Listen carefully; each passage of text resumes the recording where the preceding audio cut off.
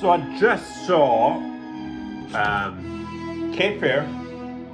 Listen to the music, it's great. Fuck, Cape Fear from Scorsese with De Niro and Nick Nolte. Lebanon, It's a good thriller, it's a great thriller. And I talked about it. What is this fucking shit? Talked about it here on YouTube. And I thought, like, God damn. Isn't there more to say? I mean, about Scorsese in general. Man, that guy has had a career since the early 70s until now. There's two films of his I've seen where I like. All right.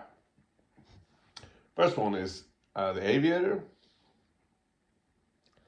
I didn't find it all that interesting, but I'm curious to see it again.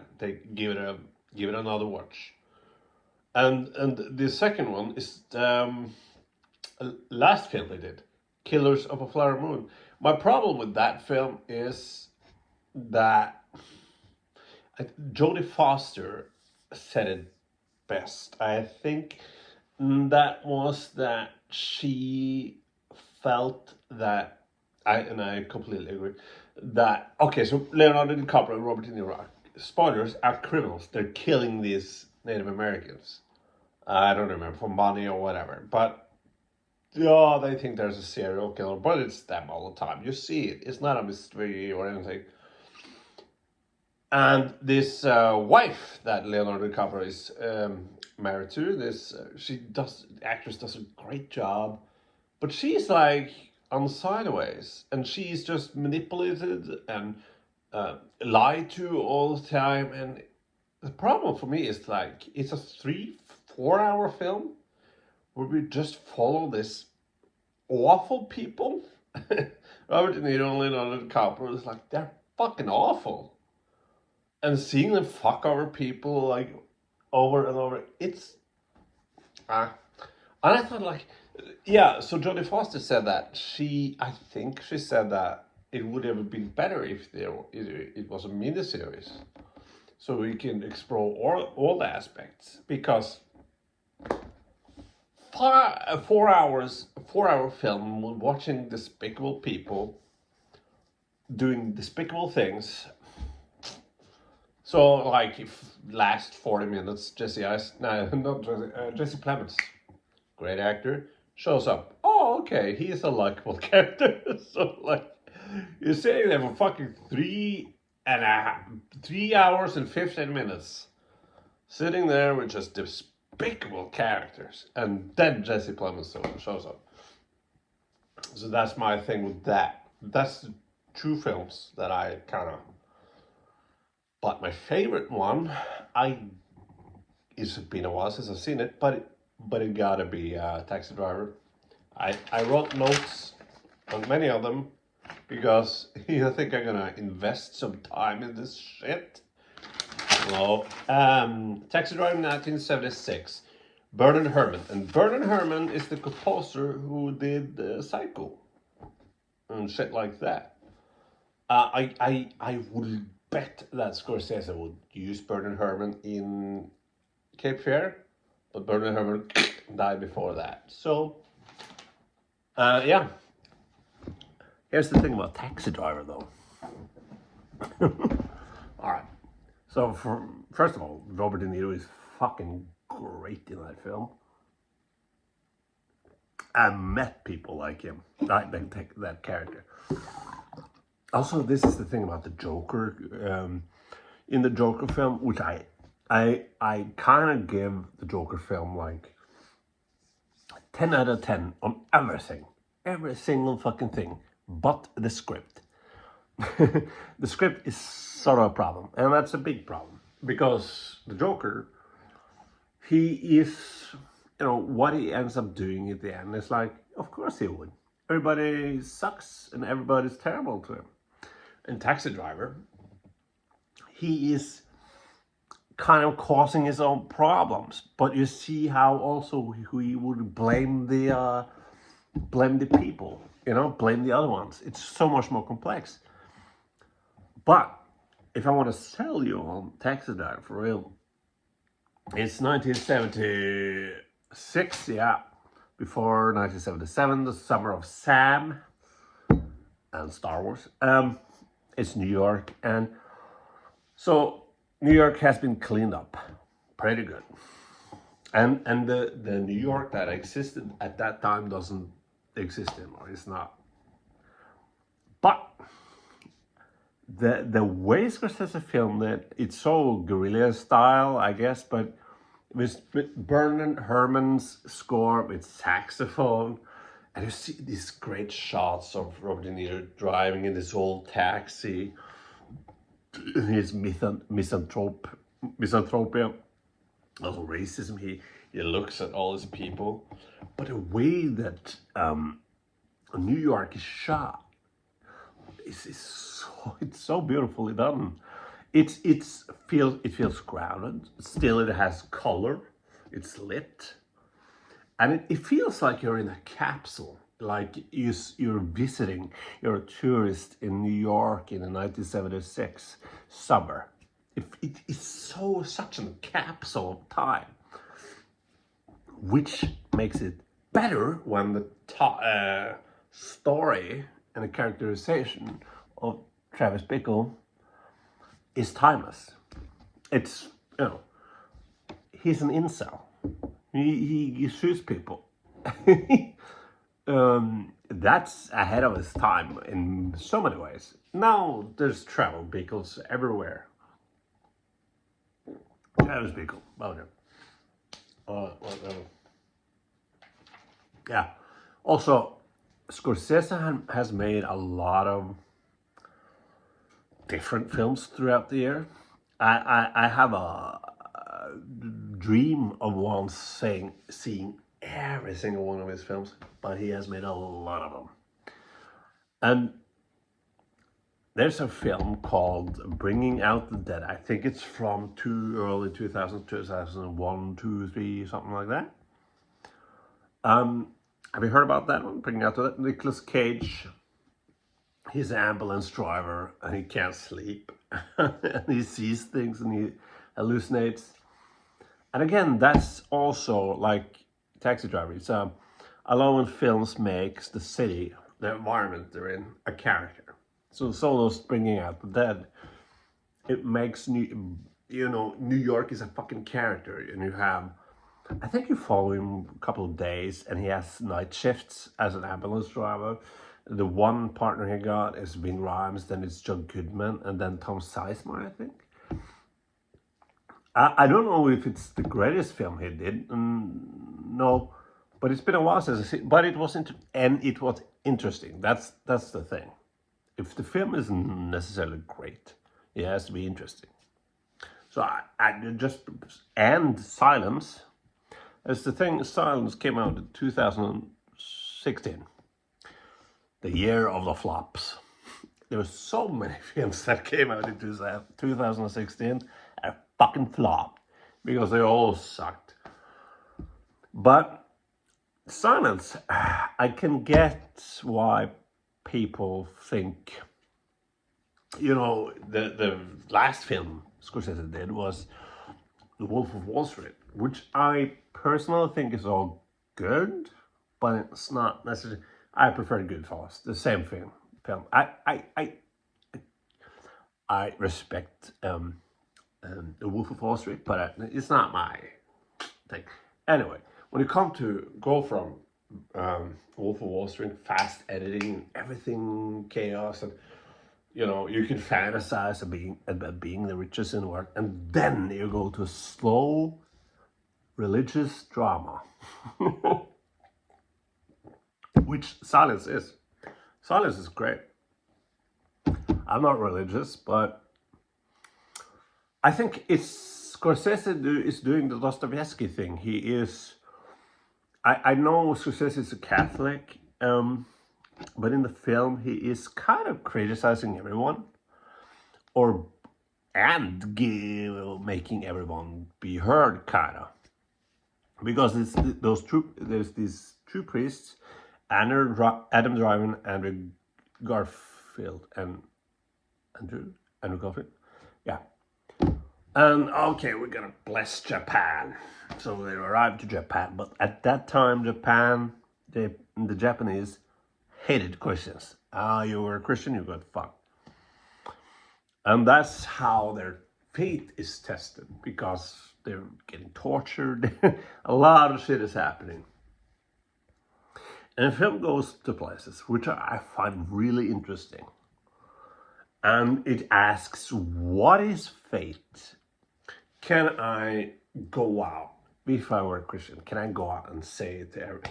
So if I were a Christian, and that wasn't allowed.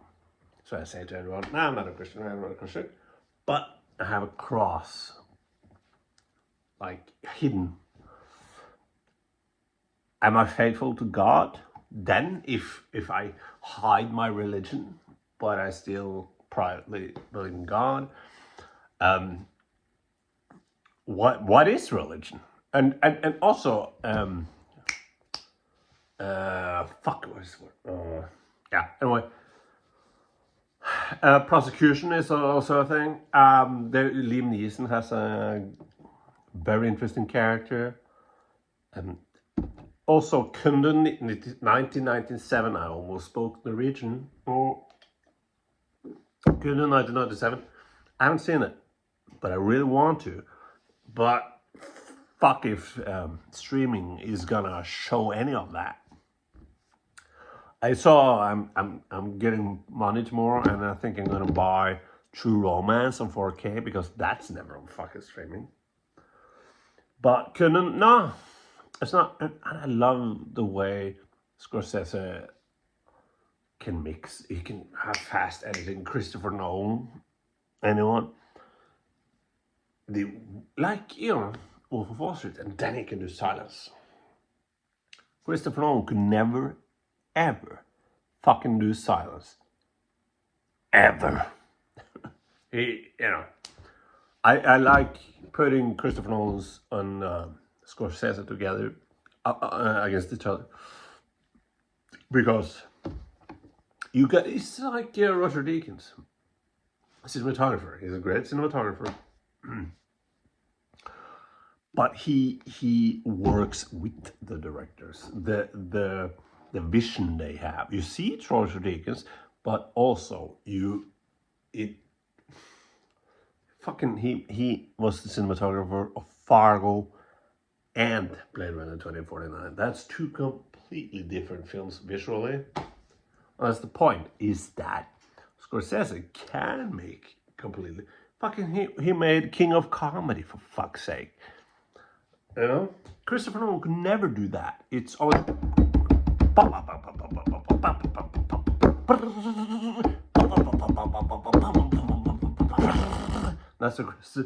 That's a Christopher Nolan film. For me. What else did I write on this fucking list? All right. Oh, fuck, that's it. Yeah. So, Cape Fear. I praised it in my other video. And I have two negatives, if you will, about the film. First of all, their daughter is fucking... she makes the dumbest decisions ever. However, I'm not a parent, and I don't have a teenage daughter. I don't know how that is. Maybe because I'm never gonna fucking have a child ever. That is just... I criticize her for not acting like a grown-up. I don't know. But here's the film is 2 hours and 7 minutes or something. If they could tighten it down to kind of 150, 155, that would be great. That's it. That's all the negatives I have. And that's a remake, and another remake he did, which I haven't seen in a while, because it's not on fucking streaming. The Departed. Japanese, or is it a Korean? Whatever it is. I love that Christopher Nolan isn't afraid of doing remakes either, you know?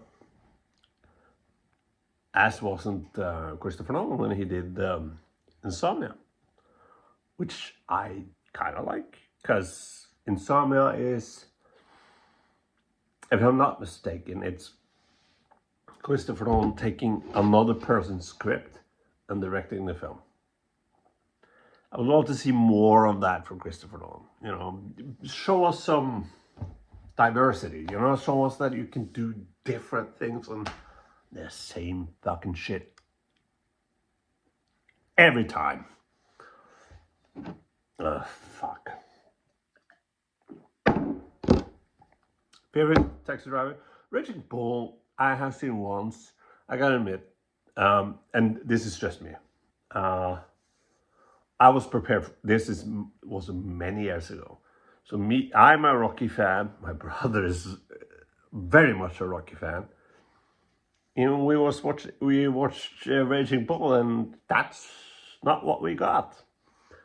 So that's the last time I've seen it once, and it's like fucking 15 years ago now. And so I should watch it again. But, you know, I had just that experience with my brother, like, you know. Raging Bull, Goodfellas is good. Casino I love. I personally, Goodfellas is better, but Casino I kind of like more. And Casino has more problems. The biggest problem is Sharon Stone's character. She gets annoying and too much time. But as I said a million times before, I love when films takes city or an environment, whatever, and makes it into a character. And Casino is all about Vegas, Las Vegas, and I'm fascinated by Las Vegas. That's just me though.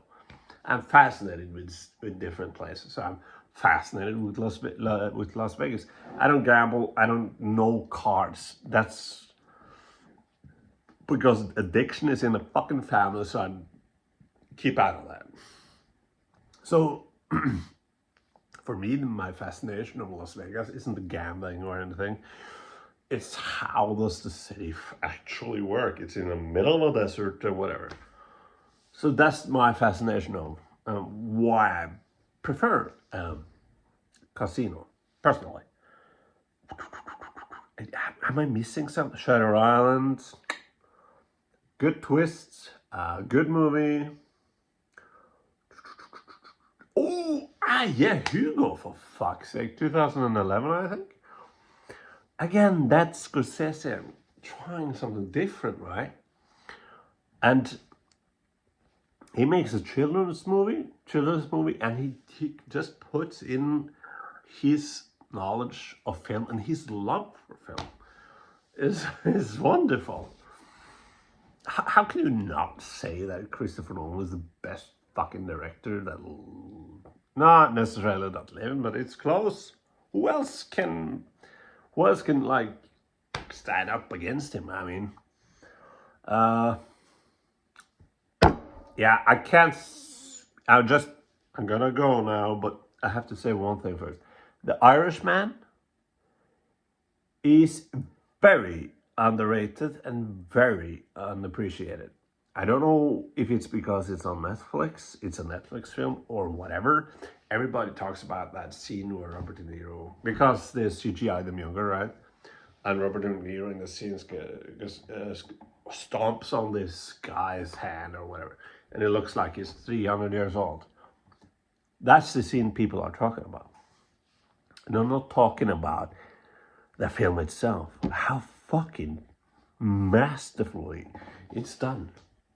It's Scorsese looking at his older films, especially Goodfellas, looking back at them and how he romanticized it. And he romanticized it deliberately, because he romanticized it in the first two acts, and the third act, everything crashes. Oh fuck! It was just a lie. That's the thing. So that's fine. But in Irishman, no, it's just super realistic, and I sit there and like, why this lifestyle? And you see this man just growing old, and it's a perfect fucking, one of the best fucking last 40 minutes of a movie ever made. Come on. All his friends are dead. Everything mattered. The mob thing, the Jimmy Hoffa, everything, the ring he got, loyalty. It really questions loyalty, you know. It's like, so in this environment that loyalty is everything, and you have to do this, and you have to all these rules, so you get the validation with a ring and everything. But what if all of those people just died? You're the only one who sits with all that memory, sits with all those memories, and that ring. Everybody's dead. That fucking ring that meant everything to you. Everybody who knew about that fucking ring and what that meant is gone. You're just an old man sitting there. Nobody cares. Wonderful. That is a great fucking film. Yeah, bye.